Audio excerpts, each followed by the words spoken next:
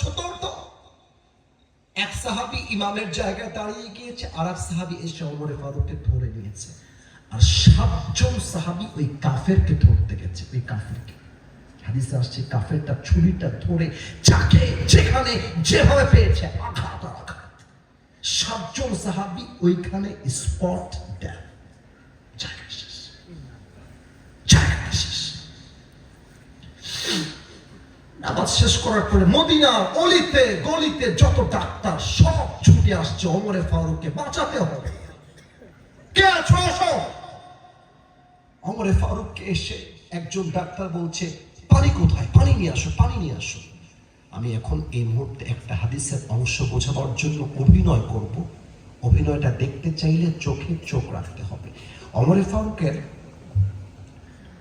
মুখটা হালকা করে হা করেছে, পানিটা নিয়ে এসে এইভাবে ধরে হালকা করে পানি ঢেলেছে। পানিটা গলা দিয়ে নেমে, বুক দিয়ে নেমে, পেট এত পরিমাণ কেটে গেছে ওমর ফারুকের, পানিটা বুক দিয়ে নেমে পেটে না গিয়ে সবগুলো পানি পেট কেটে বাইরে বের হয়ে গেছে সব। সাহাবায়েরা বলছে, পানি দিয়ে কাজ হবে না, তোমরা দুধ নিয়ে আসো। দুধ গাঢ় খাবার সহজে বের হবে না, দুধ নিয়ে আসছে।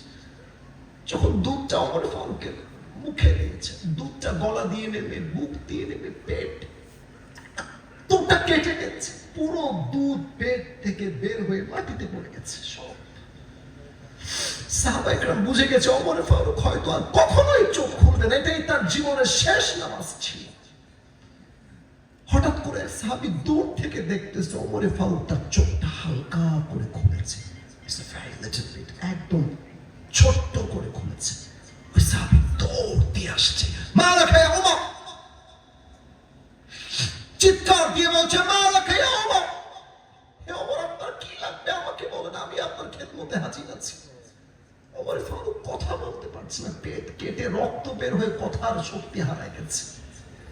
ইঙ্গিত করছে, একবার কান একবার ঠোঁট, একবার কান একবার ঠোঁট। ওই সাহাবী বুঝে গেছে ওমর ফারুক রাদিয়াল্লাহু তাআলা আনহু মনে হয় আমার কানে কানে কিছু বলতে চায়।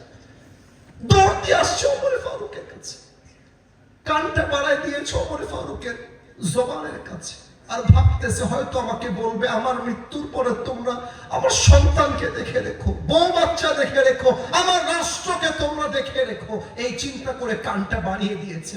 আর ওমর ফারুক তার জীবনের সর্বশেষ কথা, একটা কথা বলছে, এই সাহাবী আসাল্লান নাস, আসাল্লান নাস, আমার কোনো খবর লাগবে না, আমাকে জাস্ট একটা কথা বলো, আমি যখন অজ্ঞান হয়ে পড়ে গেলাম, আমি তো ফজরের নামাজের ইমাম ছিলাম, আমার অজ্ঞান হওয়ার পর তোমরা কি ফজরের নামাজটা জামাতের সাথে আদায় করেছিলে? জাস্ট এতটুকু বলো।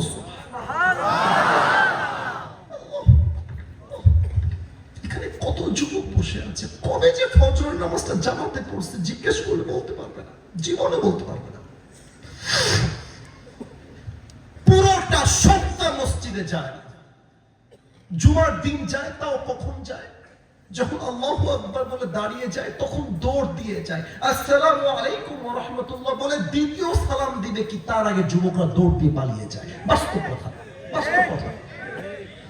আপনি কালকে ফজরের সময় গিয়ে দেখবেন যে আমার কয়েকটা মুরব্বী ছাড়া যুবকদেরকে আপনি খুঁজে পাবেন না।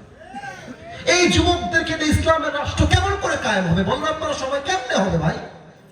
আরে যার নামাজ নাই তার তো ইমানই নাই যুবক ভাই আমার, ঠিক কিনা বলো?